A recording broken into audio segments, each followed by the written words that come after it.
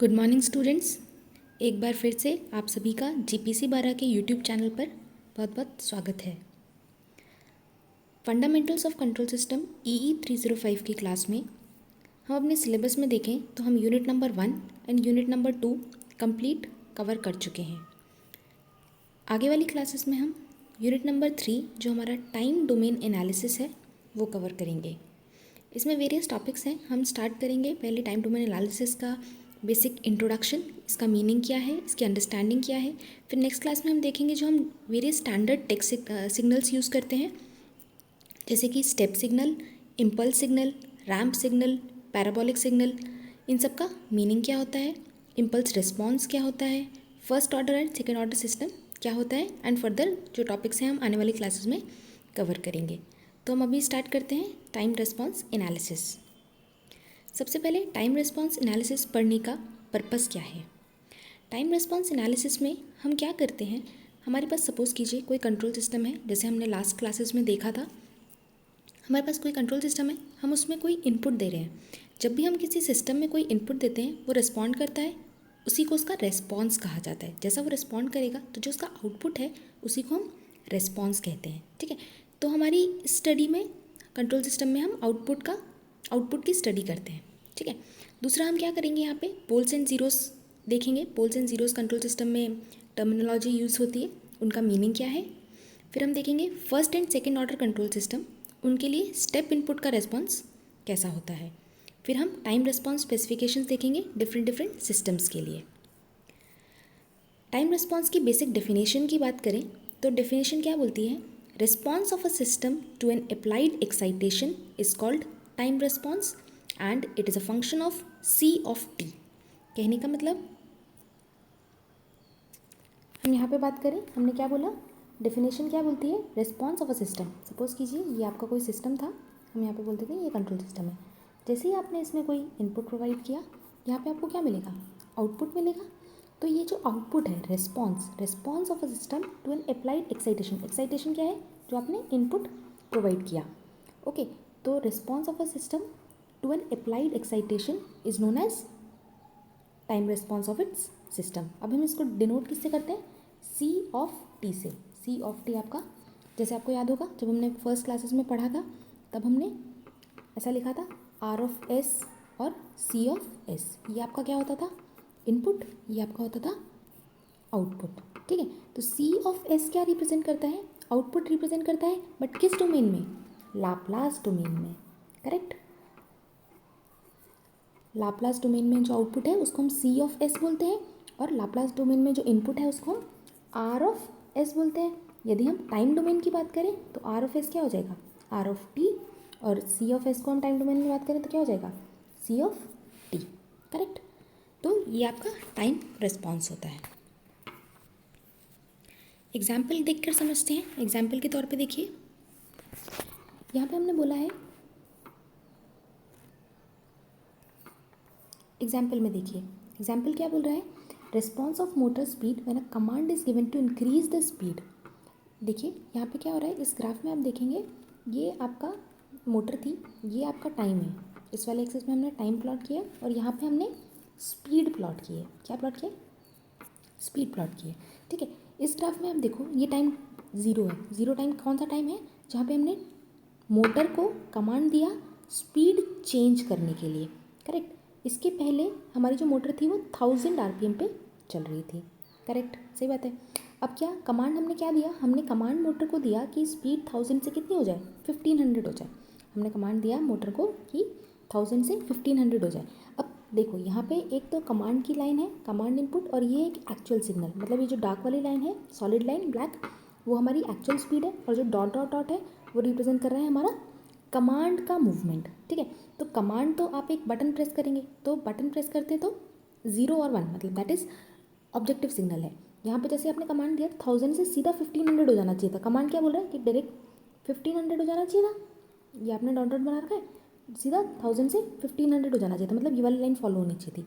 But क्या actual में ऐसा होता है, जब हम मोटर को कमांड देंगे वो 1000 पे रन कर रही है, तो ऐसा नहीं ना कि डायरेक्टली स्पीड 1500 पे पहुंच जाएगी, वो ये पाथ फॉलो करेगी। ये जो पाथ हमने बनाया है इस तरह का कुछ पाथ फॉलो करती है, फर्स्ट टाइम पे क्या होता है, मोटर अपनी 1500 जो हमने कमांड दिया था उसको ओवरशूट करती है, फिर ट्रेस बैक करके धीरे धीरे अपनी 1500 की स्पीड पे सेटल होती है। ठीक है, तो कमांड के अगेंस्ट में जो मोटर ने रिस्पॉन्स दिया, जो आउटपुट दिया, जो बिहेवियर शो किया, that is called as time response of control system. Clear? एक एग्जाम्पल और देखते हैं। यहाँ पे देखिए, यहाँ पे हमने एक लिफ्ट का एग्जाम्पल लिया है। लिफ्ट के एग्जाम्पल में क्या हुआ है, the response of a lift, हमने एक इनपुट, यहाँ पे आपका इनपुट क्या है, आप कमांड दे रहे हैं, वो आपका इनपुट हो गया। आउटपुट ये जो शो हो रहा है, ये वापस सेम कमांड हमारा डॉटेड वाली लाइन, और ये वाली लाइन जो है एक्चुअल मूवमेंट शो कर रही है। तो आपने यहाँ पे इस वाले टाइम पर क्या बोला, आपने लिफ्ट को बोला कि वो सपोज कीजिए जीरो फ्लोर मतलब ग्राउंड फ्लोर पे यदि है और आपको फर्स्ट फ्लोर पे जाना है, तो आपने यहाँ से कमांड तो दिया कि 0 से सीधा 1 पे चले जाए, बट लेकिन ऐसा नहीं है ना कि ब्लिंक ऑफ सेकेंड्स में आप 0 से 1 फर्स्ट फ्लोर पे पहुँच गए। आपको कुछ एक टाइम ट्रैवल करना पड़ेगा। तो ये जो टाइम ट्रैवल है कमांड के अगेंस्ट में, इसी को हम क्या बोलते हैं, टाइम रेस्पॉन्स। आई होप अभी आपको क्लियर हो गया होगा टाइम रेस्पॉन्स का मीनिंग क्या है।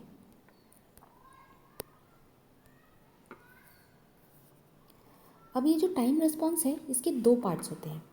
पहला पार्ट ट्रांजिएंट रेस्पॉन्स और दूसरा पार्ट स्टेडी स्टेट रेस्पॉन्स। पहला पार्ट ट्रांजिएंट रेस्पॉन्स, दूसरा पार्ट स्टेडी स्टेट रेस्पॉन्स। ये जो दो टर्म्स हैं इनको आपको बहुत अच्छे से समझना है, ये बहुत ज़्यादा फ्रीक्वेंटली यूज़ होगा, तो इस वर्ड को आप याद रखिएगा, इनका मीनिंग क्या है, इनको समझना बहुत ज़रूरी है। ट्रांजिएंट रिस्पॉन्स, तो ट्रांजिएंट रिस्पॉन्स में सबसे पहले मैं बताती हूँ इसमें इसको हिंदी में क्या बोलते हैं, आपको इससे बहुत इजी हो जाएगा समझना। ट्रांजिएंट का हिंदी में मीनिंग होता है क्षणिक। ट्रांजिएंट का हिंदी में मीनिंग होता है क्षणिक। क्षणिक मतलब इंस्टेंट। जो सपोज करो जैसे हमने कमांड जब दिया हमारे कंट्रोल सिस्टम को, हमने जैसे ही कोई इनपुट दिया तो इमीडिएटली पहले जो कुछ फ्यू सेकेंड्स में कुछ पहला जो टाइम होगा, कुछ एक पहला टाइम इंटरवल होगा, उस टाइम इंटरवल में जबकि वो अपनी परमानेंट आउटपुट रिस्पॉन्स की स्टेट पर नहीं पहुंचा है, उससे पहले, जबकि आप ध्यान से सुनिएगा, कोई आपका कंट्रोल सिस्टम है, जैसे हम वही वाला एग्जांपल वापस से ड्रॉ कर लेते हैं।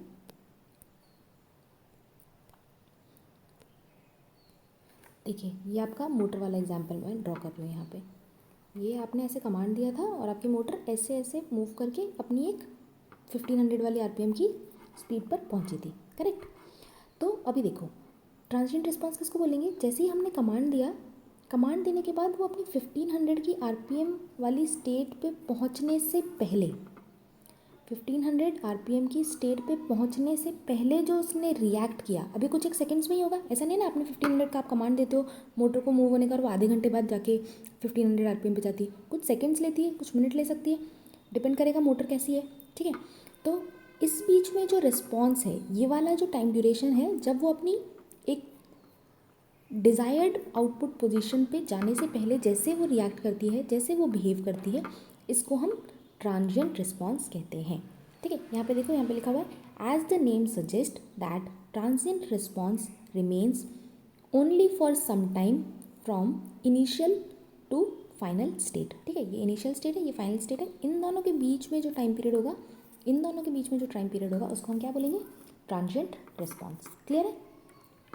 जैसे आपको बोला तो ट्रांजिएंट का मतलब इंस्टेंट, क्षणिक, आप ध्यान करके आंसर कर सकते हैं, correct.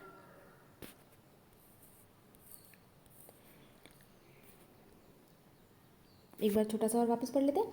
From the transient response we can know, transient response से हम किस किस चीज़ का पता लगा सकते हैं, when system begins to respond after an input is given, input देने के कितनी देर बाद आपका सिस्टम जो है वो आपकी डिजायर्ड पोजीशन में पहुंचता है, ये हम किससे पता लगाते हैं, ट्रांजिएंट रिस्पॉन्स से।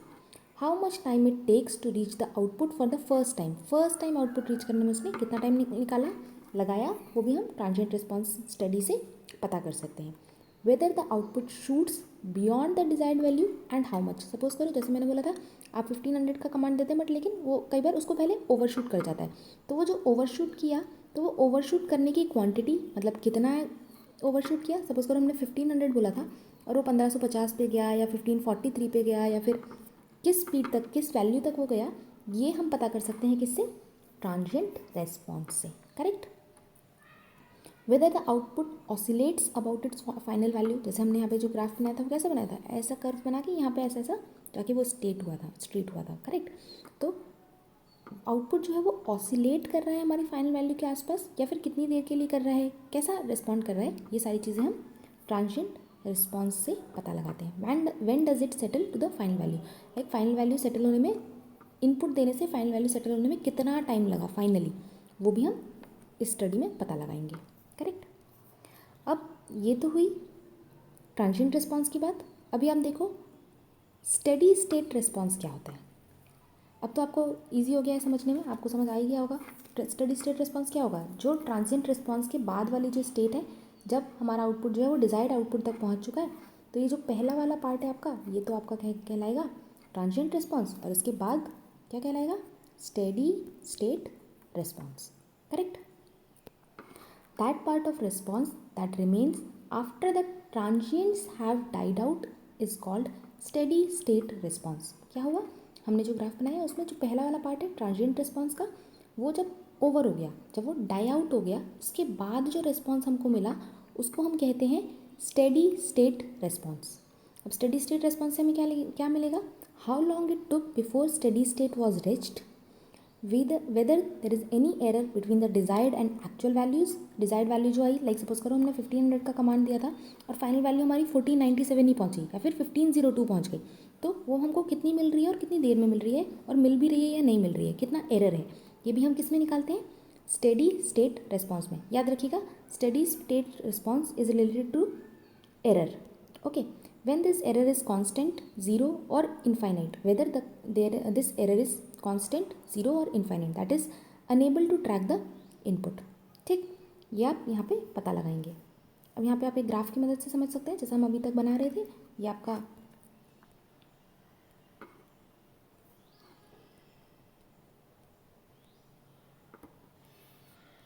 यहाँ पे देखिए, ये आपका ग्राफ है, इसमें हमने क्या किया, ये हमारा ग्राफ है, ये जहाँ तक ट्रांजिएंट्स हैं, जहाँ तक हमारी आउटपुट रिक्वायर्ड वैल्यू, सपोज कि ये 1 यहाँ पे था, यहाँ तक हमको पहुँचना था, तो इस पे पहुँचने से पहले ट्रांजिएंट जब तक डाई आउट नहीं हुए, तो उस पार्ट को तो हमने बोला ट्रांजिएंट रिस्पॉन्स। और इसके बाद यहाँ पे जो एरर कितनी होगी, जो जहाँ तक वो पहुँच गया और जहाँ उसको पहुँचना था, मतलब desired position minus actual position, जहाँ तक जाना था और जहाँ तक गया। ठीक है, डिज़ायर्ड माइनस एक्चुअल क्या हो जाएगा, आपकी एरर, और इस तरह के रिस्पॉन्स को आप बोलोगे स्टेडी स्टेट रिस्पॉन्स। करेक्ट। यही वो चीज़ है, यही हमने इस वाले ग्राफ में बताया। ठीक है, अभी की क्लास के लिए इतना ही। नेक्स्ट क्लास में हम स्टैंडर्ड टेस्ट सिग्नल्स के बारे में पढ़ेंगे। टेस्ट सिग्नल्स कौन कौन से होते हैं, जैसे आपने नाम सुना है सभी टेस्ट सिग्नल्स के बारे में, जैसे कि आपका स्टेप सिग्नल है, रैंप सिग्नल है, पैराबोलिक सिग्नल है और इम्पल्स सिग्नल है। ठीक है, अब हम किसकी हेल्प से एरर निकालते हैं और किस किस रिस्पॉन्स में सिस्टम कैसे कैसे रिएक्ट करता है, कितनी एरर आती है, ये सारी चीज़ें हम आगे आने वाली क्लासेस में पढ़ेंगे। Okay, thank you.